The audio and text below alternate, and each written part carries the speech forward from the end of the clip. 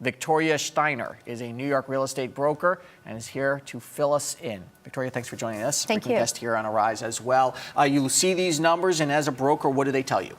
They tell me that the market is hot, that we have very little inventory, and we have great demand. And then the mortgage rates are only helping us buy more real estate. Yeah, I want to ask you about mortgage rates in a moment, but the construction of new homes is a little bit different than home sales, existing home sales. This is a sector that would improve and benefit many industries.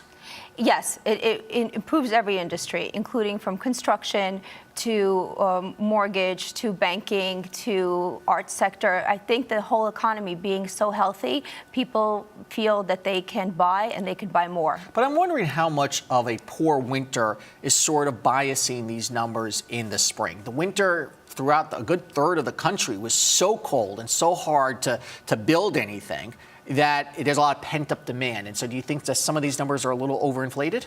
I think the pent-up demand because of the cold winter is making everyone flock to the open houses, and also between the money being cheap in terms of lending and also having the confidence in the economy that they have right now, people are feeling that it's a good time to buy. And it's the first time in many, many years that you feel that renting is worse than buying. Yeah, what are you hearing from your clients, basically, who are contacting you to buy, or clients who are contacting you to sell? You say that they're feeling more confident because overall the numbers suggest that consumer confidence is actually heading in the wrong direction.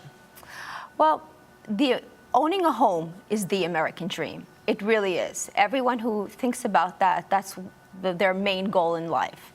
And they feel that building equity in having a home and also having a security is something that people strive for. I want to ask you about mortgage rates because we have historically low mortgage rates, but every time they tick up a little bit, you see housing stocks sell off. How sensitive is the market, your clients, for example, to rising interest rates, even when if they rise by 25 basis points, 50 basis points, it's still historically low?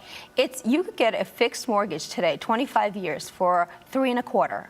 Those markets and numbers have not existed in over 8 years. You could get a LIBOR, which is a fluctuating mortgage, at 1.75, and you could buy that property, have it as an investment. But those numbers are going to go up soon, probably. We're but already not seeing. By much. You don't think by much. So much. You think the market is resilient enough now to handle higher interest rates? We have no inventory.